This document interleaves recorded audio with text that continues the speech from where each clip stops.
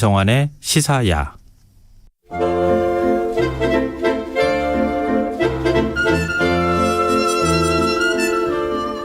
늦은 밤 우리가 주목해 봐야 할 영화를 살펴보는 시간입니다.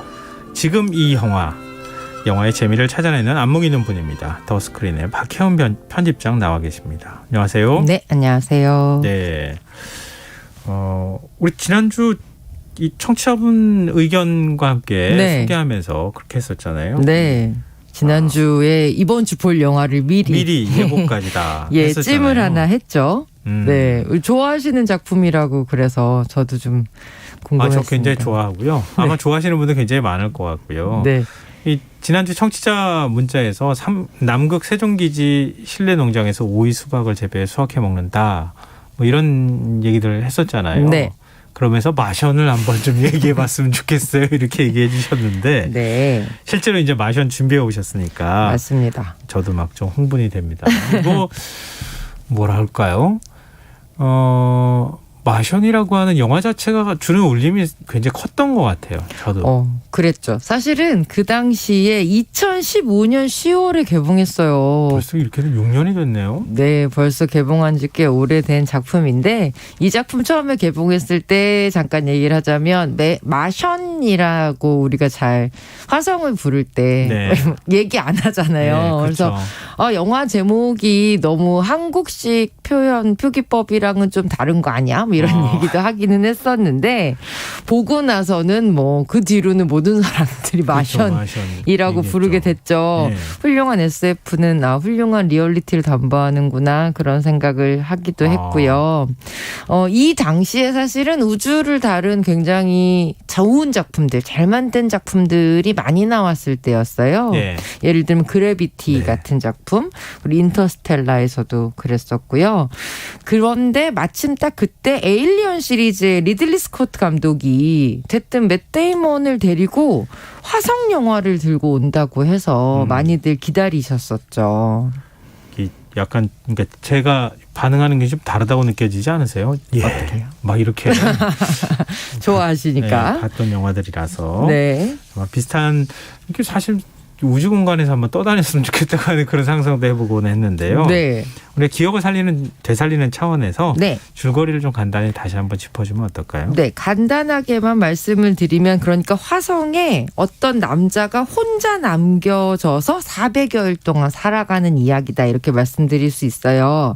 그러니까 화성 탐사대가 소위 이제 화성 탐사를 떠났는데 모래폭풍이 이제 몰아치면서 팀원 중에 한 명이 이제 사망한 줄 알고 다른 팀원들은 화성에서 황급히 떠나서 이제 지구로 돌아오려고 하죠. 그런데 그가 사실은 살아 있었어요. 마크 와튼이라는 인물이었는데 통신은 끊기고 혈혈단신 혼자 화성에 남게 된 그 사람이 탐사대가 자신을 다시 찾아서 돌아올 때까지 무려 400여일 동안 홀로 화성에서 살아남는 이야기인데 저는 정말 탁월하다고 생각했거든요. 이 주인공의 직업이 그러니까 이제 우주 탐사를 갔으니까 당연히 뭐 우주에 관련된 일을 하는 사람일 텐데 이 사람의 전문 영역이 바로 식물학자라는 거죠. 지금 저 2095님도 살아남기 위한 우주인의 감자, 야채 등의 재배가 인상적이었습니다. 이렇게 말씀해 주셨는데요. 어떻게 그렇게 딱 맞춰놓은 것처럼 물론 스토리를 그렇게 만들었겠지만 그렇게 절묘하게 해가지고 거기서 이제 진짜 감자 같은 걸 재배해서 그걸로 이제 버틸 수 있도록 해주는 그 스토리가 굉장히 사실 상상하기 어려운 스토리였는데. 예, 보통 우리가 우주 비행사라고 하면은 뭔가 이제 액션 영화 막 이런 거 떠올리시니까 뭐 군인 출신이라거나 뭐 직접 이제 우주선을 운전할 수 있는 사람이라거나 뭐 이런 생각들을 하시는데 이 사람은 식물학자인 거예요. 그래서 사실은 살아남을 수 있었던 거죠. 그 공간 안에서 자신의 배설물을 수거해서 거름 만들죠. 그리고 감자를 또 재배하면서 산소를 만들고 또 물을 만들어서 그 안에서 자기가 먹고 살 것들을 그야말로 자급자족을 해내는데 이 감자를 재배하는 디테일이 그야말로 저렇게 하면 화성에서 진짜 살 수 있겠다라는 생각이 관객들한테 들 정도로. 과학자들한테 질문이 쏟아졌어요. 맞아요. 실제로 그럴 수 있어요? 화성 가면 살 수 있어요? 이런 질문들이 굉장히 많이 쏟아졌어요. 굉장히 많이 받았고 저는 그 질문을 받은 과학자들의 답변 때문에 더 놀라기도 했었어요. 왜요? 실제로 과학적으로 저런 환경에서 물론 실험을 해본 적은 없지만 저런 환경에서 가능할 수 있다. 현실 가능성이 높다라는 답을 했었거든요. 영화는 거저 만드는 게 아니에요. 그렇죠. 과학적인 자문이나 이런 거 거쳐야지 그런 상상력이 나오는 거니까요. 네네. 그래서 그 안에서 실제로 뭐 예를 들면 수소산소를 결합해서 물을 만든다거나 인간의 배설물을 거름으로 만들어서 감자를 재배한다거나 하는 것들은 실제로 과학자들의 자문을 거쳐서 가능한 방식들로만 만들었다고 하더라고요.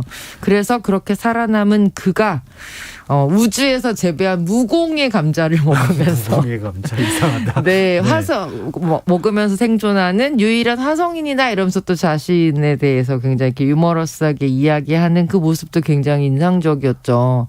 한편으로 생각하면 얼마나 무섭겠어요. 그렇죠. 혼자 남아가지고 살기 위해서 그렇게 하는데 점점 사실은 초췌해지잖아요. 그렇죠. 계속 말라가니까 딱 그리고 필요한 영양소만 먹을 수밖에 없으니까. 근데 또 지구하고 통신을 해야 되는데 그렇죠. 통신을 하기 위해서 진짜 노력하는 그 장면들도 너무 참 머릿속에 지금도 남아요. 그러니까요. 이게 뭐 밤새워서 이제 말씀하신 대로 보급선도 만들고 통신하는 것도 만들고 이제 혼자서 거기서 그렇게 소위 말 자급자족으로 살아가는 이야기인데 이 작품에 이제 영감을 얻은 작품들을 꼽아보자면 로빈슨 크루소나 캐스터웨이 같은 작품들을 떠올리시는 경우들도 되게 많았어요.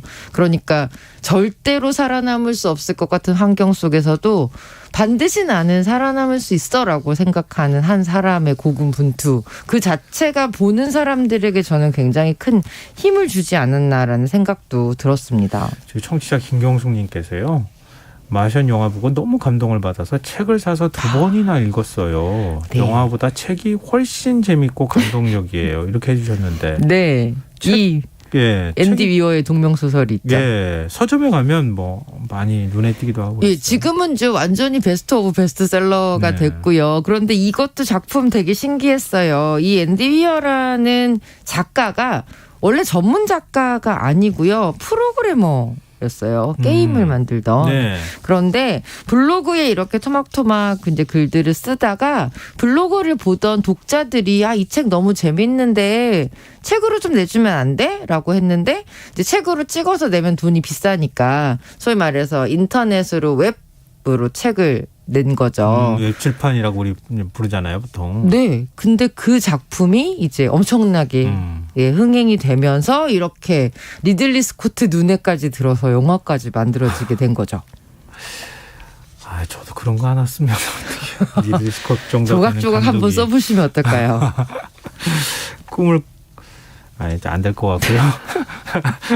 좀 워낙 그 엄청난 영광이기도 하고요. 네. 본인이 작품 쓴 게 엄청나게 많은 사람들한테 영화로 만들어져서 사랑을 받고 또 이렇게 또 영화를 보고 책을 다시 읽으셔서 또 감동을 받고 하는 독자들도 굉장히 많고요.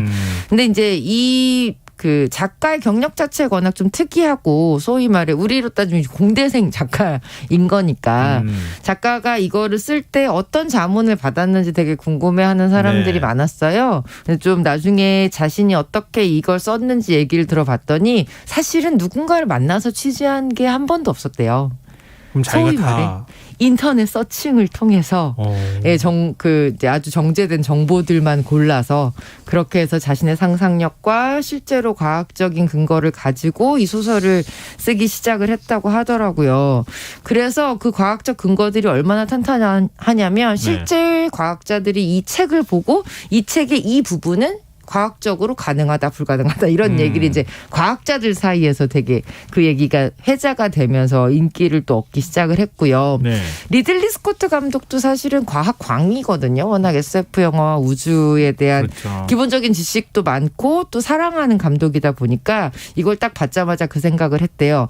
나사에다가 직접 자문을 받아서 나사에서도 그래 이 정도면은 충분히 우리가 코웃음 치지 않고 볼 수 있는 SF 영화를 만들어 볼 수 있겠다. 라는 얘기를 드릴 정도로 과학적 완성도를 높게 만들어보자라고 해서 이제 나사로부터 자문을 받아서부터 만든 작품으로 화제가 되기도 했습니다. 네, 제가 볼 때는 나사에 자문을 해준 거지. 네. 자문을 받은 게 아닌 것 같은데요.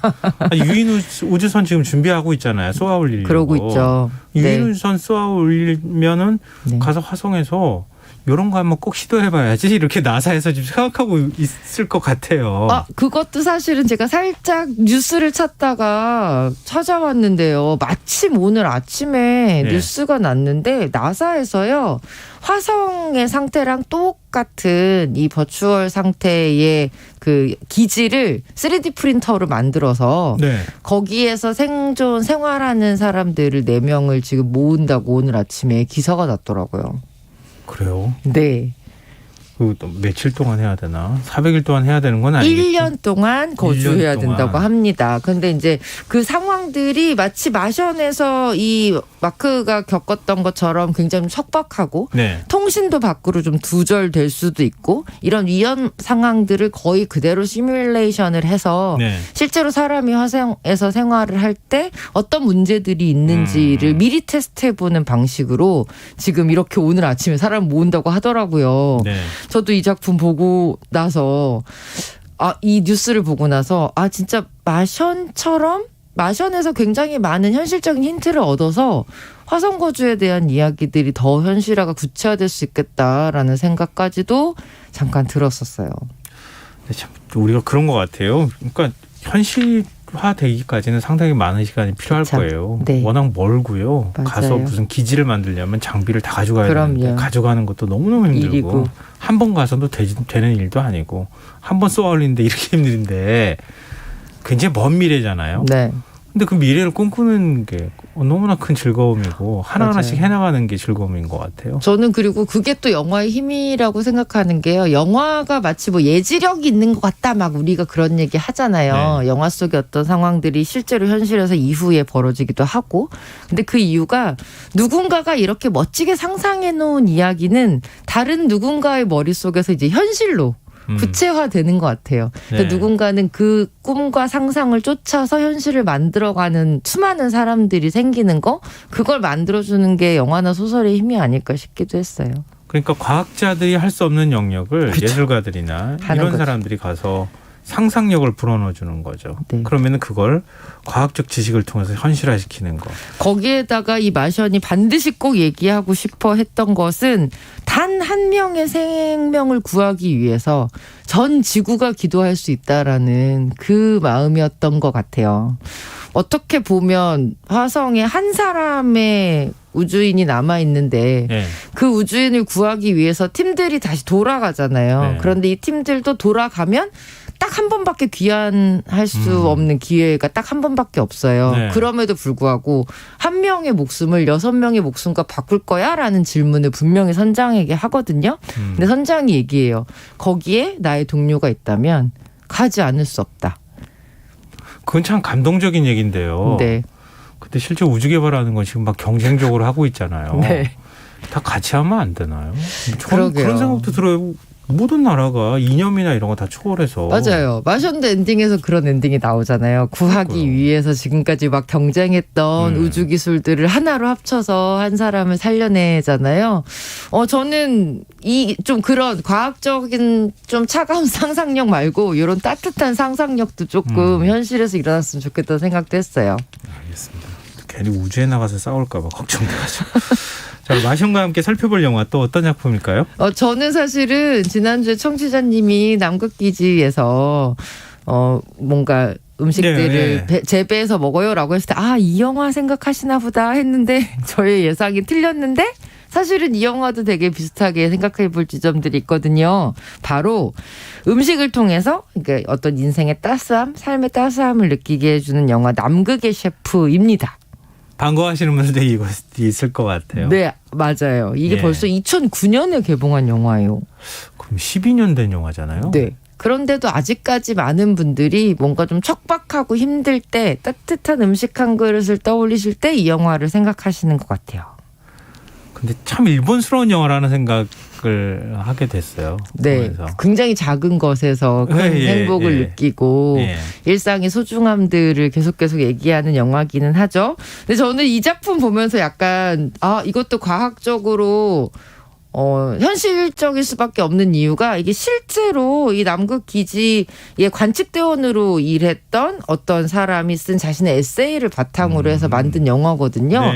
전 남극에 이렇게 정말 펭귄도 있고 막 이렇게 귀여운 아이들이 있을 줄 알았어요. 네, 그런데 거기에는 정말 바이러스조차도 살 수 없는 극한의 공간이잖아요. 이제 거기에 이제 관측하러 간 8명의 남극 관측 대원들이 1년 반 동안 생활을 하면서 일종의 고립된 생활을 하면서 자신들이 이 1년 반을 어떻게 견뎌야 되는지에 대한 약간 고뇌와 무게 같은 것들이 있었는데 그것들을 하나하나 한 끼 한 끼 이제 음식으로 조금씩 달래가면서 살아가는 그런 이야기였던 것 같아요. 그러니까 그런 거잖아요. 남극에 갔는데 무슨 탐험을 하면서 뭔가를 하는 게 아니고 기지 안에 거의 갇혀가지고 먹는 거 해먹는 거 가지고 스토리를 만들어 나간다는 게 정말 인간의 본질적인 문제로 들어가는 것 같아요. 맞아요. 이것도 거의 굉장히 폐쇄적인 공간에서 여러 사람들이 살아남아면서 막 살아남아야 되는 이야기잖아요. 근데 실제로 이렇게 정말 좁은 공간에서 극한의 공간에서 사람들이 단체 생활을 하는 것 자체가 굉장히 어려운 일이라고 하더라고요. 네, 그래서 이 영화를 보시면 그렇게 약간은 마음이 조금씩 얼어붙어가는 이 사람들을 다시 한번 잠깐씩 녹여주는 바로 그 매개체가 음식입니다. 힐링 먹방 영화로도 유명하죠. 어떤 음식이 나오나요? 이 음식 보면 저런 음식을 먹는단 말이야 싶은 막 랍스터부터 시작해서 닭새우라고 정말 엄청나게 큰 새우 튀김 그리고 아주 소박한 주먹밥도 있고요. 정말 다양한 음식들이 이제 이 영화 속에 등장을 하죠. 되게 많은 음식들이 나오는데 그중에서 아마 관객 여러분들께서 저건 진짜 한번 먹어보고 싶다 이런 생각 하시는 음식들도 많았을 거예요. 그 수많은 음식 중에 기억나는 음식이 있었다면요? 제일 어떻게 기억나는 음식이라고 하면 그래 역시 일본 영화구나라고 했던 거는 가장 소박한 라면에 굉장히 큰 의미를 담아주는 이제 그 장면이기도 했어요. 그러니까 라면이 다 떨어져 버려서 사람들이 너무 라면을 먹고 싶어 하니까 진짜 그 아무것도 없는 남극 기지에서 정말 간수로 면을 뽑고 라면을 만들어서 그 한 그릇을 대접을 해요. 너무너무 아름다운 오로라가 이제 지나가야 돼서 관측대원들이니까 그 자연현상들을 다 관측을 해야 되는데 오로라가 지나갑니다 대장님이라고 했던 대장님이 지금은 라면을 먹어야 할 때다. 네, 그래서 라면을 먹는 이런 장면도 있었고요. 또 그다음에 이제 이 닭새우라는 것들이 이제 나오는데 엄청나게 진짜 큰 새우예요. 근데 닭새우라고 하니까 독도에 있는 새우도 약간 닭새우 이름이 비슷한 새우가 있는 것으로 제가 알고 있는데요. 작잖아요. 근데 지금 말씀하시는 그건 새우가 약간 랍스터랑 비슷한 하다고 해도 갑각류 같은 그러게요. 되게 큰 새우인데 보통은 이제 이 요리사 입장에서는 이 새우를 맛있게 먹는 방법은 이제 크기도 하고 하니까 회로 먹는데 일본 사람들의 머릿속에는 새우는 튀김이죠. 그렇죠. 아니 원래 튀김을 많이 해먹으니까. 그렇죠. 그래서 당연히 모든 대원들은 새우튀김을 해달라고 졸라요. 그래서 요리사가 자신의 어떤 그런 생각을 꺾고 대원들이 좋아하는 방식으로 튀김을 해주죠. 그렇지만 대원들이 한 입 먹어보고 실수했다. 회로 먹었어야 됐어. 막 이렇게 얘기를 하는 장면도 나오고요. 이 영화는 이 카모메 식당이나 안경 심야 식당 같이 되게 소소한 일본의 힐링 먹방 영화를 만들어왔던 푸드 스타일리스트가 음식 감독을 맡아서 좀 나중에 보시면 이렇게 음식을 담은 모습이나 찍은 모습까지도 좀 유사한 점들이 있어요. 근데 참 소박하지만 굉장히 생각나게 만드는 그 푸드 스타일링도 굉장히 기억에 남는 작품이죠. 또 이렇게 비교하니까 또 영화를 또 다른 걸 봐야 될 게 있겠구나 이런 생각을 하게 되네요. 네. 까만매 식당, 안경, 심야 식당. 네. 같은 푸드 스타일리스트가 음식 감독을 맡았다고요. 네. 자, 두 영화가 우리에게 전하는 메시지 어떤 게 있을까요? 그 삶에 대한 의지를 갖게 만드는 가장 좋은 게 뭘까요? 라고 물어볼 때 역시 정성이 담긴 그리고 삶을 위한 음식이구나 이런 생각을 하게 만들죠. 그리고 아무리 척박한 환경이라고 해도 서로 웃음을 잃지 않아야만 살아갈 수 있구나라는 생각도 같이 하게 만드는 두 작품이었어요. 네. 마션에서도 정말 내일이 안 보이는 것 정도를 떠나서 1시간 뒤가 안 보이는 상황에서도 유머를 잃지 않는 사람들, 그리고 남극의 셰프의 대원들도 아무리 척박한 환경에서도 웃음을 잃지 않는 것, 그리고 그 앞에는 우리 삶의 의지를 돋우는 음식이 있다.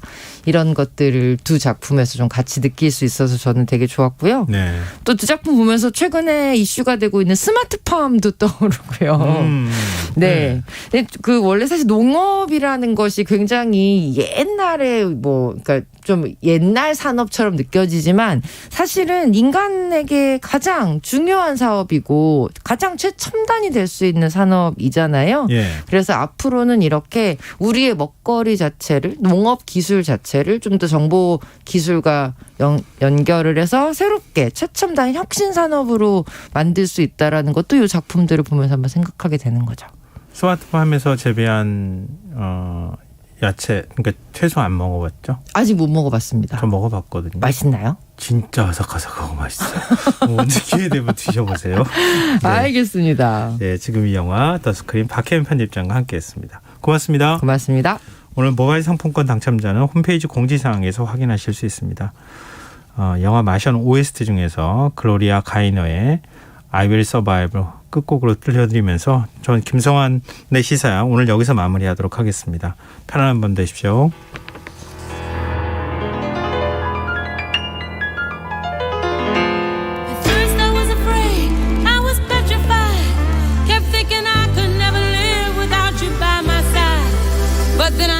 So many nights thinking how you did me wrong, and I grew strong, and I learned how